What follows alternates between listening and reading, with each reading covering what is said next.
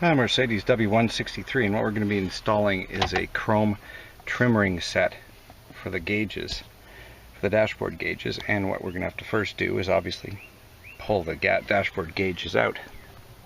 And this also came from Carlab Design and Tuning, and I'll leave their link down below the video for their eBay page and their eBay store, and a link to this to the gauge set. The first thing you have to do is take a trim tool or a tongue depressor, something that's not going to mar your dashboard, and you're going to pop these two side panels beside the steering wheel out. Now the WIS, the Mercedes WIS, is going to tell you have to remove the steering wheel. To do this, not necessary. So pop that side, and now we're going to pop this side.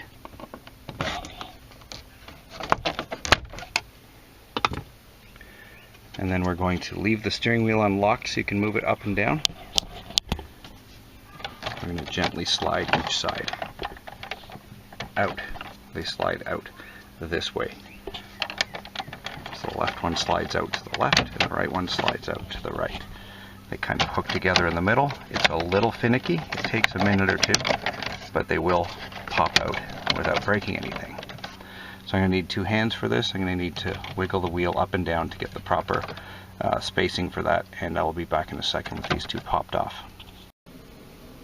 Actually, I'll show you this one coming out.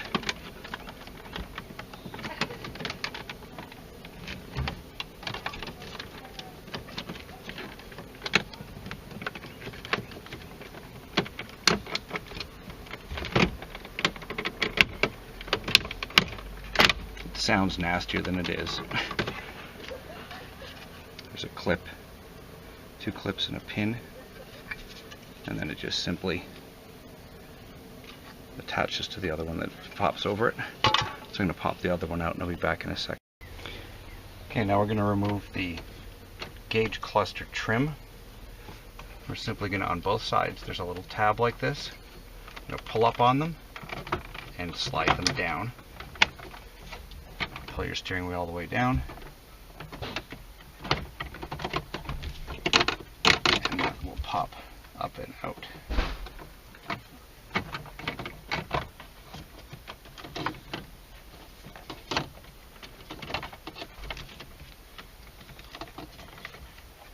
So this one seems to be stuck on something, but it will pop out. There we go. And there's the trim. These are the two tabs that you pull up on. See, they've got a little clip on the back. You pull up on them, and there's two pins that locate this in the top when it goes up. When it goes back in, it goes in and slides up. Now you're going to see you have a couple of, I think those are 7mm screws. Let's find out.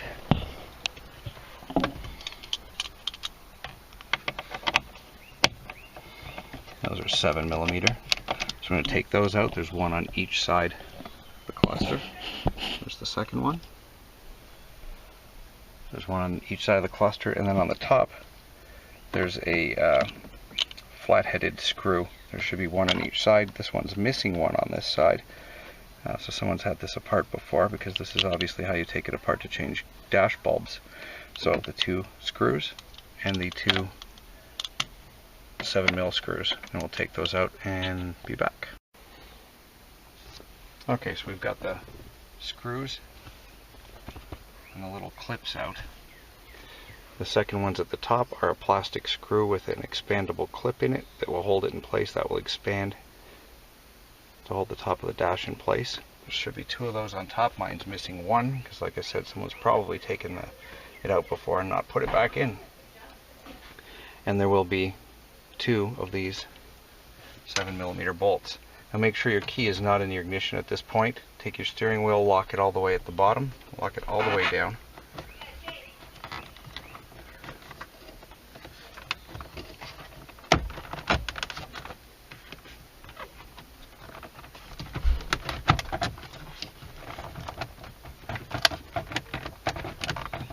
You want to rotate the top out first. There we go. Now, in the back, there's going to be a couple of wire clips like this,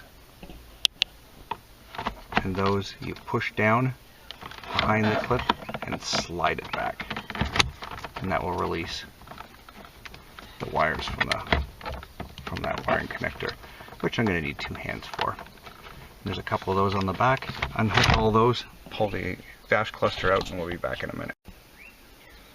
Okay, my mistake. I thought there was 2 clips, 2 wiring connectors in the back. There's only one. The one wiring connector, and now we've got the gauge cluster out. And if you need to change bulbs, obviously is a good time to do it. But we're going to be changing these gauge faces. So I'm going to take this in and make a spot on the workbench, and we're going to install the gauge rings. I'll show you what they look like, and then we'll put them on. Okay, gauge cluster out, ready to go.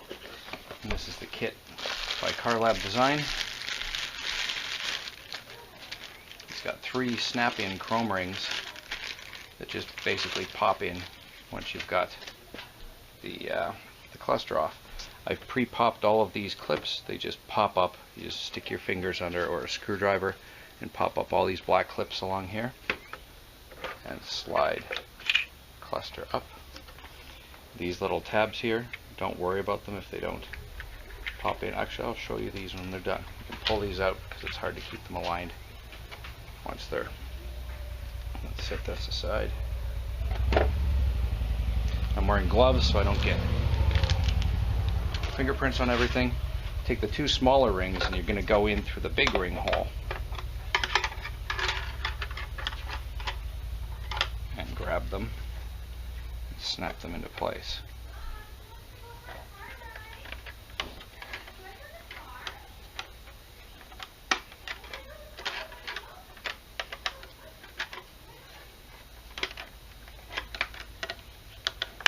It's a little finicky.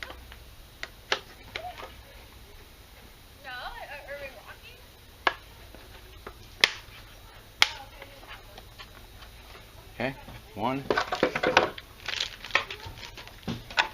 other 2 are basically the same. The big one will go in the same way and pop right in. So I'll finish these 3 up and I'll show you what it looks like when it's done. Okay, I'll show you putting the big one in because it's a tiny bit different because it just needs to be squeezed the tiniest little bit to pop in. And then reach around. Again, it's a little finicky to get your fingers in there, but not whatsoever tough. And just go around the whole outside, make sure it's snapped in. You don't want to have to pull this off again if you didn't snap them in properly. Check from the back that the little tabs are snapped in all the way around.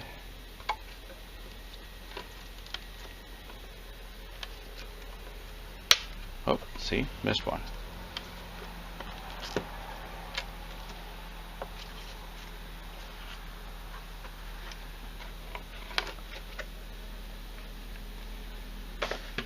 Now we're going to set the gauge cluster back on.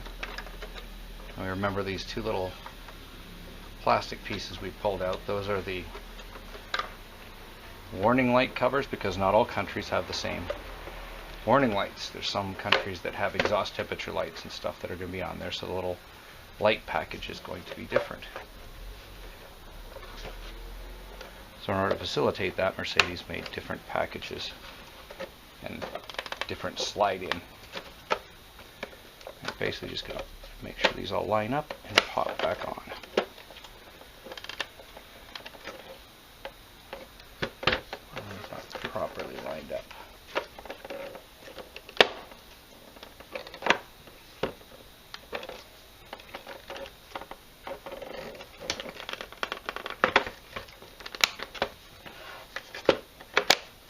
There we go. So all 4 of those are on. Now from the side, you can see there's a little slot there. Take your little plastic. It's easier than to do this. Slide it back in. It's easier to do this than to keep it lined up when you're trying to put the face the gauge face back on, the plastic part back on. It's easier to just slide them in from the end, and when you're done. And they simply lock in place. So there we have it. Now reverse the steps, reverse the procedure, stick it all back in, and you are good to go. And that's what they look like. I think it looks great. Liking that very much. Check the description down in the video. Underneath the video, there's a description. There's going to be a link to these gauges, these gauge trim rings, and there's going to be a link to the eBay store of Carlab design and tuning. So check them out. I really like those. Thanks for watching. Okay, here's the finished trim rings with the gauges with the trim rings installed. Actually, I really like that look. I did the same thing on my SL a couple of years ago, and I really like the way the chrome looks on them. It just makes them look a little more up to date. Remember, these cars were designed in the early 90s and released in the late 90s, and chrome wasn't really in then like it is now. And these will really bring a bit more modern look to your car. I really like the look of those. Thanks for watching.